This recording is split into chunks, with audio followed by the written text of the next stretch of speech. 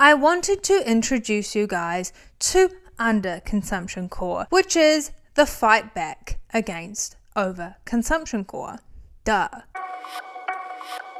Hey guys, it's Briar of Briar Chats, and this is a safe space for yappers. Now, I'm sure a lot of you, just like me, spent your formative years forming your prefrontal cortex to YouTube videos, and from those videos, what I think became incredibly normalized was the aspiration to own a lot of stuff, to treat normal products as if they were a collection. To me, I didn't just want to grow up and own makeup and be able to do my makeup. I wanted to grow up and have a beauty room with walls and drawers full of makeup for me to be able to do any sort of look that I could have ever dreamed of. And whilst for me it was beauty and makeup, I know for a lot of people this happened but with a different item. We was fed this aspiration to collect, to own a lot. And I feel like this has just continued on TikTok. However, these creators, instead of making a video or two a week, are making multiple videos a day and constantly bringing us new products to buy through their link in bio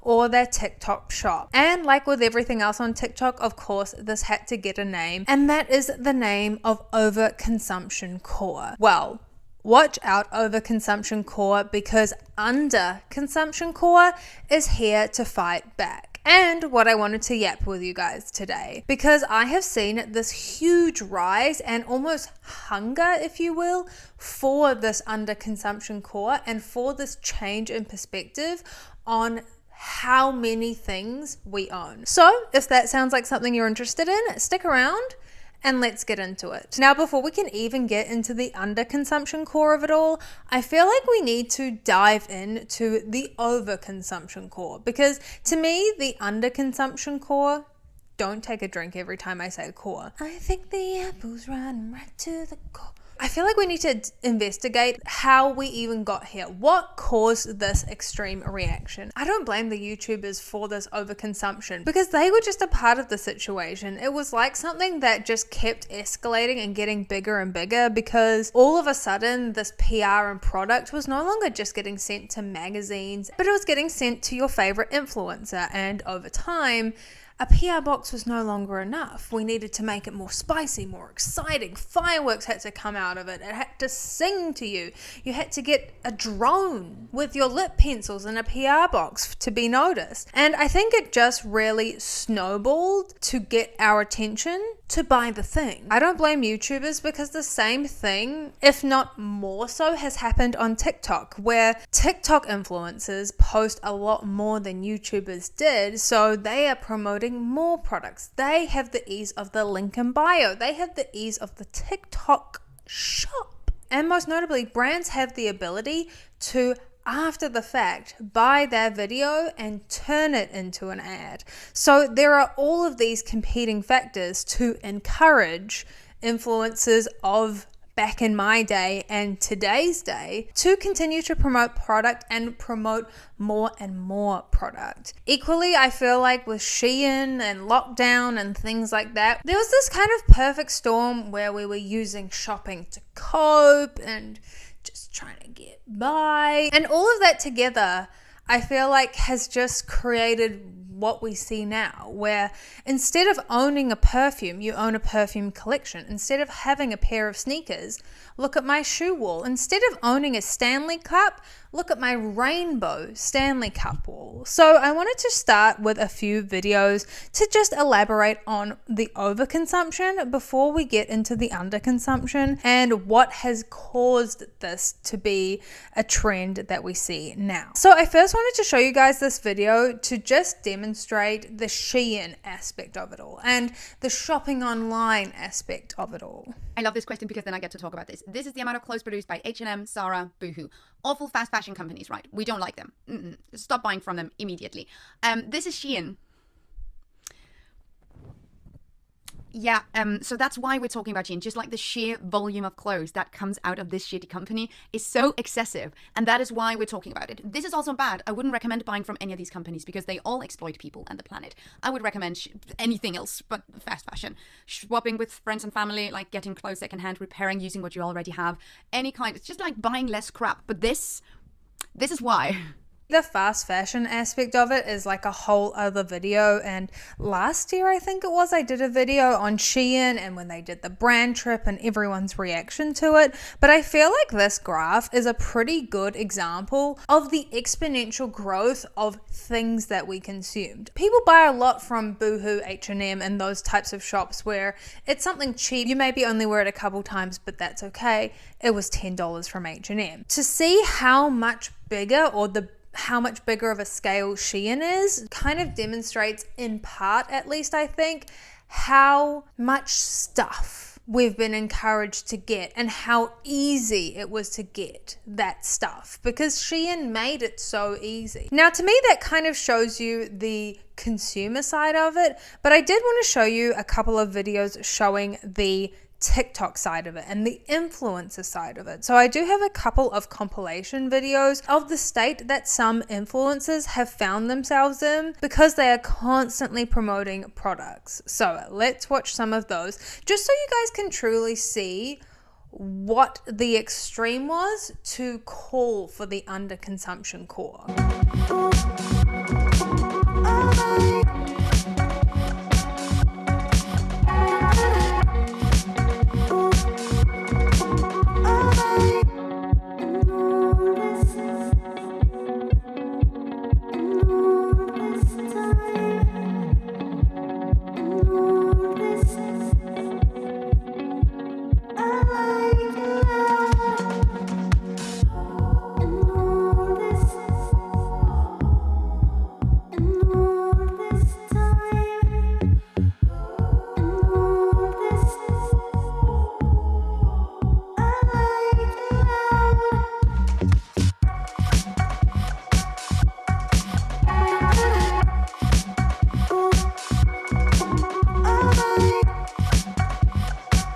Now, I feel like it's really important to point out that these influencers' purchasing habits are not normal. And I feel like it is fair to acknowledge that if your job requires you to recommend product, and like we see, they're getting a lot of it for free, that is going to result in a lot of stuff. And I guess that's on them and their own personal decisions to maybe decide what PR they want to receive. I remember back in the day, Samantha Ravindell went off all PR lists and it was like the hugest deal. It was unfathomable because the thought of turning down free product was just like, how does it feel to live my dream and you're turning it away?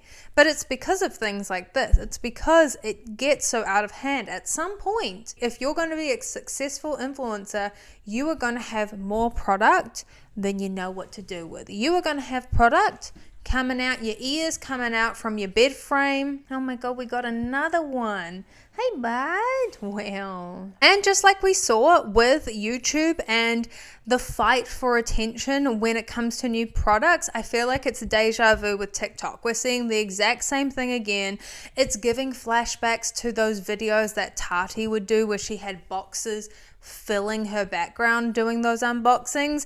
We're seeing the exact same thing on TikTok, and it's because these brands know the power that these big influencers have. I mean, look, I have no idea why anybody buys a single thing that Michaela Nogueira sells, but people do. She has huge influence, and that is going to result in huge PR and huge amounts of stuff to sell to you, to sell to us. However, the unintended consequence of this is us as a consumer and just your everyday girly pop bestie, we start to consume like an influencer. We start to consume as if we were to ever have the need for a beauty room. Like, why did I think I needed a whole room for beauty? And to be honest, with the amount of makeup that I purchased in the 2010s, I probably never need to... Wow, thanks. He loves to move my... Apologies for my attention-seeking dogs. Don't overconsume dogs. They will demand your attention. And I know what you're thinking.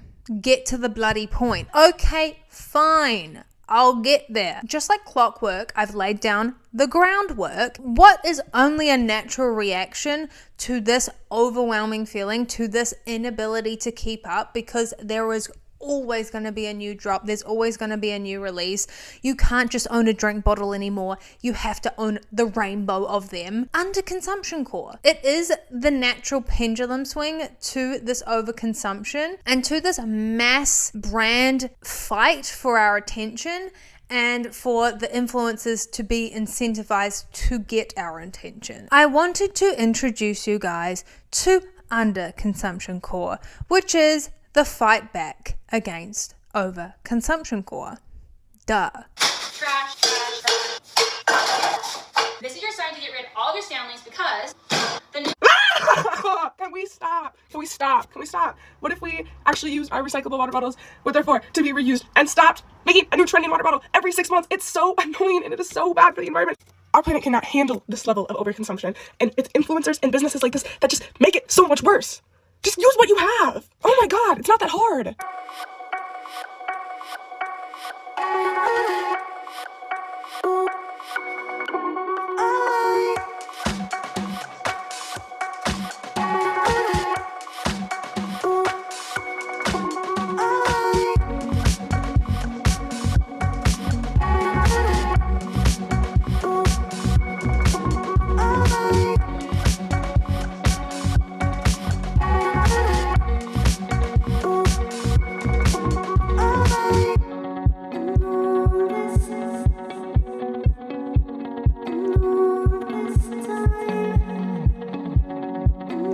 Whoever came up with underconsumption TikTok, I want to thank you personally from the bottom of my heart, because this has been the most peaceful content that has been on my feed in a long time. I feel seen. And I know what you're probably thinking. That's just like normal people using their stuff and not treating everything like it's a collection. Like, you do not have to have a collection of shampoos. You do not have to have a collection of olive oils. You can just have one and use it and then buy a new one when you finish it. Sure, simple point. That makes sense. However, I think in the social media space, that really did get lost, and it felt like no one really lived like that, or we forgot that that's how most people live. That moment of pause, like, I think these are pause, because instead of getting into the hype of having to buy the newest release, drop, this, that, the other, whatever you're into, it reminds you that you probably do have what you need already. It makes you stop and think, yeah, the shoes that I wear are still perfectly fine. The shampoo and conditioner I have still works, and I don't need to try another one until I'm finished. This also feeds into what a lot of people have been loving on TikTok, which is almost like normal people are now influencers. Like, not normal people like Michaela Noguera are influencers, but like normal people are influencers. I'm not an influencer, but you know what I'm saying? Like, people would much rather get a recommendation now from a girly pop that has a 9 to 5, like, gosh forbid a 9 to 5, and is in her car about to drive home and is like, oh my gosh, this mascara lasted all day, you guys have to try it, as opposed to Michaela Noguera putting on a false lash. I don't know why I keep using her as an example. I think it's just because she's been on the dome lately. I think people now trust actual normal people that aren't influencers for a living, that don't have that incentive structure to post a video for it to become an ad,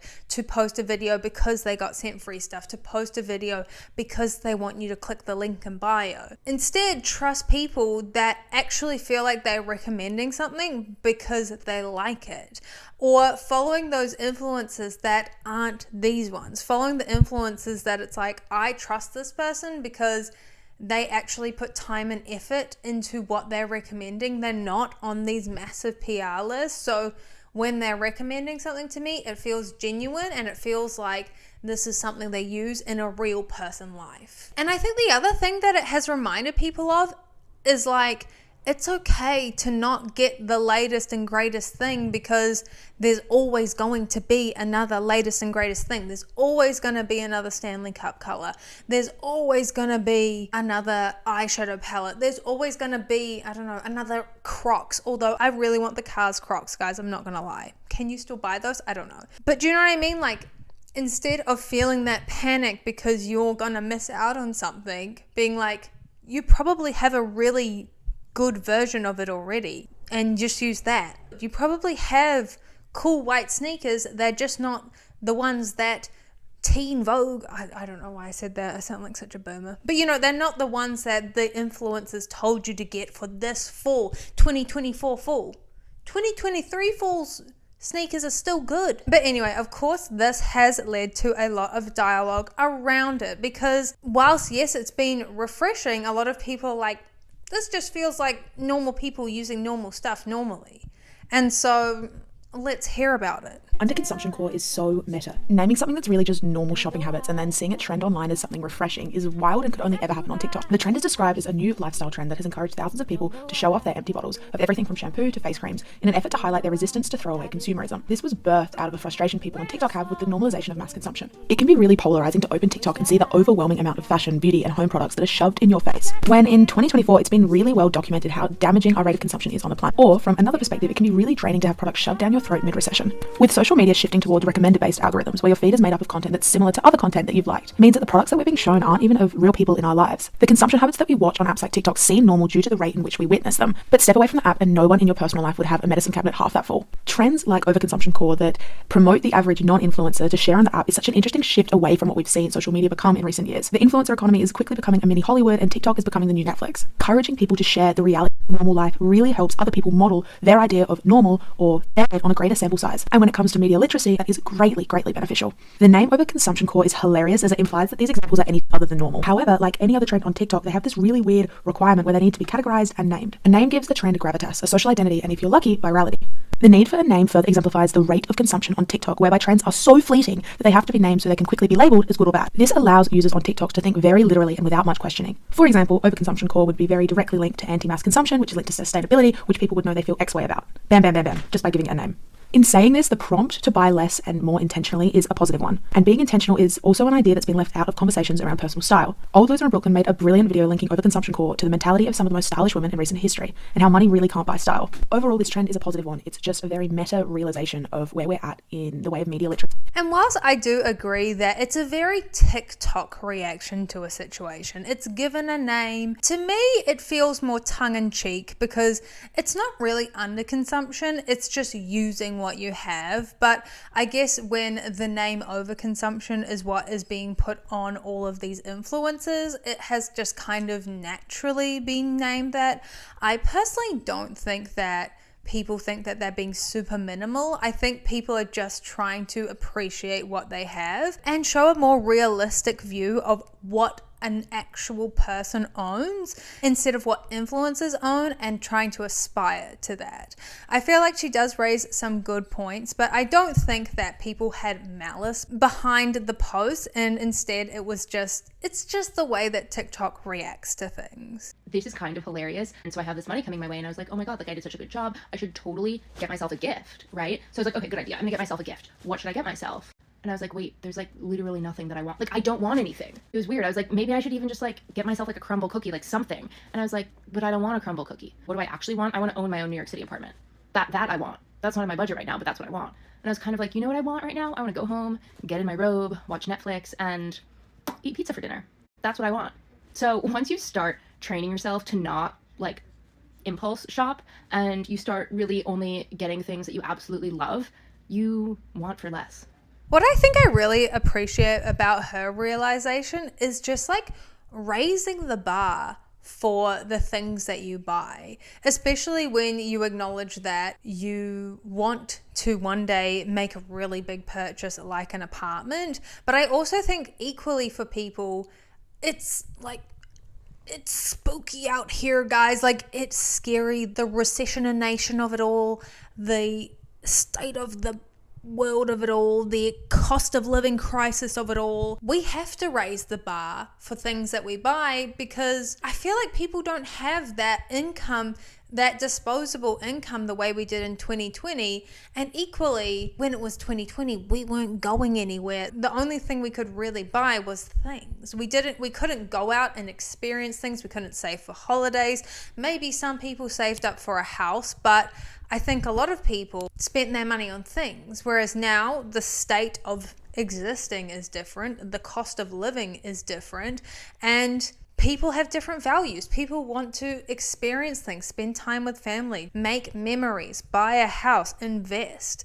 So all of a sudden, it's like, but what should the bar be for the other things then? And would I rather just save that money and spend the time how I want to? Why is underconsumption dangerous? Is it because you get more peace and spend less money? Yes, that's kind of what I meant. On a personal level, underconsumption, or in my opinion, mindful consumption, completely changed my life. It rewired my brain, it changed the way that I interact with the world, and it also allowed me a lot more freedom. Yes, I am extremely annoying to shop with. It takes me like 36 hours to buy a sweater, but everything I buy, I really love. But what I was really talking about is underconsumption being a threat to the system and the machine. A really good example of this is when they came out with boycott lists and people stopped buying from certain brands and certain products. And maybe these boycotts didn't bankrupt these brands, but it definitely hurt them, which shows you the power of the money that you spend places and the power of your personal consumption. Getting out of debt and becoming a more mindful consumer happened at the same time for me because the goal was getting out of debt. So part of that was me becoming a more mindful consumer. And when I started doing all of that, I was working at a 9-to-5 salaried benefits 401k type job, and I freaking hated it. So I used that job to pay off my debt, and then I quit to become a bar teacher. And many people thought that that was a huge mistake. They thought I was going to regret it. They didn't think it was worth the risk.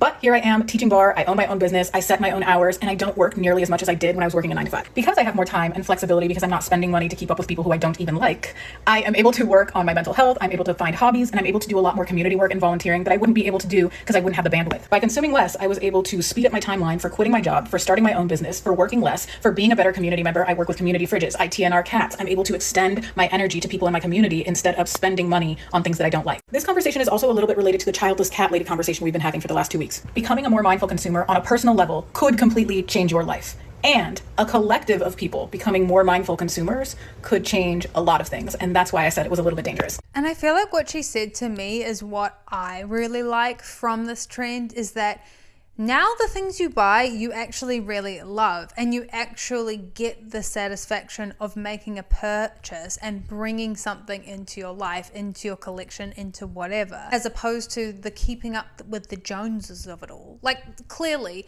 this is not a new thing. This is not a new problem. It's a human problem. But the way that it has now manifested with social media has really changed our dynamic and the way we perceive things. And the thing that I find most interesting about this trend is how influencers or these TikTokers that created this mass need for consumption in the first place are trying to react or keep up with this change in perception. I think you see some people who are just poking fun at the situation, whereas others just kind of are ignoring it and hope that, like that girl said in that last video, it doesn't affect the overall trend of people taking their recommendations.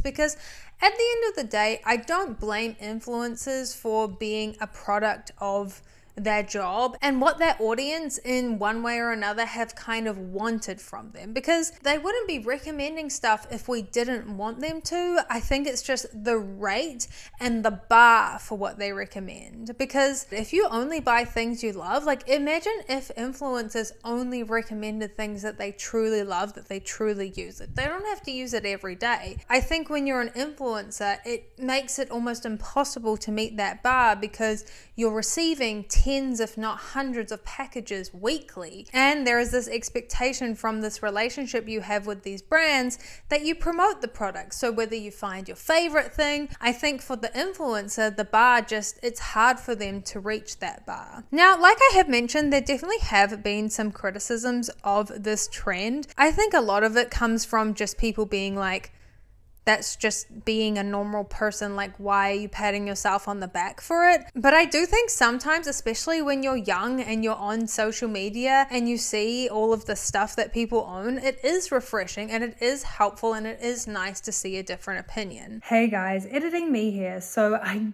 did forget one point that I wanted to make, which was the fact that for some people, this isn't a trend. For some people, they are genuinely struggling with money. Like I said, cost of living crisis is out of control.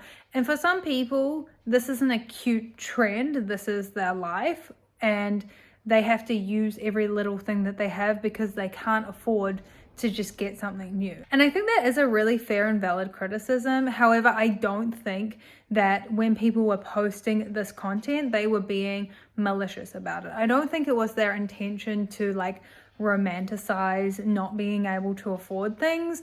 I think it was more targeted to the people that maybe would, instead of saving that money, would put it towards buying something that they really didn't want or need. And not setting the bar for what you buy as to be something that you really love and maybe don't have or will actually really use. I do think it is a fair criticism of the trend, and I think especially if you were struggling with money and you saw people be like, teehee, I'm just not buying things because, you know, it's a trend now to be mindful. I can see that how that would be hard to watch and how it would kind of, you know, rub people up the wrong way to see that kind of romanticizing of like a really true reality for a lot of people, which is like not having a disposable income, not having extra money to just buy things that they want. I think that is just the thing about TikTok. You're posting things that resonate with you and people that are going through your similar experience, but on TikTok, there's so many different experiences, so many people are in different stages. So a trend that for some people is a really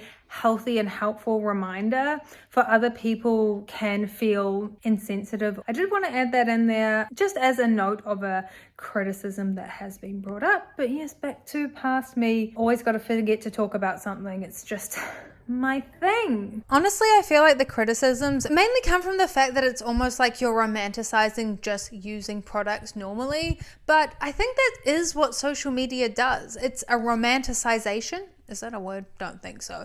Of how you live. And if that's just being like, this is how I live and I just use a normal amount of products, that's fine too. And if anything, that's good if the message behind it is helpful to others. I think we have seen some strange reactions though, where some people are trying to label every person that they see on social media as you're over or under consuming. What camp are you in? Where do you fit on the spectrum? And sometimes it just really doesn't go down that well. Suddenly, there he was wearing Armani on Sunday. I say this with the most love and respect possible, but this is what overconsumption looks like. Ma'am, what did this poor girl do to you? Of all the examples available right here at your fingertips, this is the example you use for overconsumption? Not the thousands of excessive Shein hauls, or the fragrance and cosmetic hoarding community, or even the overflowing carts at the thrift store. And if you really feel you need to call out one individual in regards to the problem of overconsumption, call out one with real influential power that's creating an even bigger problem. One pair of sneakers and 2 name brand handbags that are over 10 years old. I was like, oh, maybe I just don't know the creator they're calling out. And every week they rearrange the shelf with all of their items. But no, if you know me, you know I'm all for a good fashion call out. This just seemed jealous and uncalled for. Truly wealthy people don't display their trinkets, especially not on a white IKEA shelf. Are you okay? I love this comment where it's like, leave that girl and her 9 items alone. And like, again, being like, if you want to be wealthy, you shouldn't be displaying, like, when did you see Kendall Jenner displaying her sneakers? Have you not seen that closet? It's like a showroom, girl. That is the one kind of weird thing that I see from this trend, is that people are like, well, that's the thing, because we're just trying to hack the mainframe to be wealthy, and wealthy people don't buy from Shein, wealthy people don't do this. You are being a loser by buying things or buying things that are cheap. And it's like, that's not like, why do you have to take it too far? We don't need to give it too much or too little credit. Whilst yes, I think it's a refreshing trend, I don't think we need to go around patting everyone on the back for just using their products normally and for showing that the amount of stuff that influencers have is not something that we want to aspire to. Even though teenage Briar would tell you differently, because she wanted more than anything a beauty room. I think about it in the fact that it's like, this is impacting younger people more, because like I said, that was teenage me that wanted a beauty room. Adult me is like, sure, fun to do your makeup in a specific room and have nice lighting, but I don't need a room full of makeup. And I think that's maybe what sometimes we forget, is like, if us as adults struggle to remember how to consume normally and what is and isn't a normal amount of consumption, you can only imagine how this would impact younger people and teenagers and tweens. Is that what we call them still? I don't know. To me, when I think about who needs this message the most, well, yes, it's nice for me to have the reminder. When you think about your teenage self and how they aspired to have so much and be like these influencers, I think it's a nice reminder to younger people to see that that's that's not normal, and to have these voices on social media saying that's not normal. You can still have a cool pair of shoes, but you don't need to have them in every color. You can have them in your favorite color. And the amount of stuff that an influencer has and the amount of PR boxes that they receive is not something that you would want to aspire to. If anything, it's a burden, and you end up with literally the hole underneath of your bed filled with skincare products. It's not something that improves your life. It's not something that adds value to your life. Sure, these influencers may love their job, but having that much stuff is not something that we should aspire to. And I think that if anything, that this trend has just helped us remember that, or just to provide a different perspective. But I don't know, what do you guys think? Have you seen the overconsumption versus underconsumption core on TikTok or social media? What are your thoughts? Are you just like, that's just normal consumption? I kind of feel like it's just normal consumption, but it was nice to say. Like, I think it's a nice message to say, and I think we don't need to be mean about it. But I would love to know what you guys think. You always have such great thoughts and opinions in the comments, so please let me know what you think in the comments down below. Thank you guys so much for watching. If you stayed till the end, you are a real one. Don't forget to like, comment, and subscribe. And if you want to keep up with me between my uploads, I'm on TikTok and Instagram, and I will link my vlog channel down below. But don't you worry, guys, because I'm not funny there either. Bye.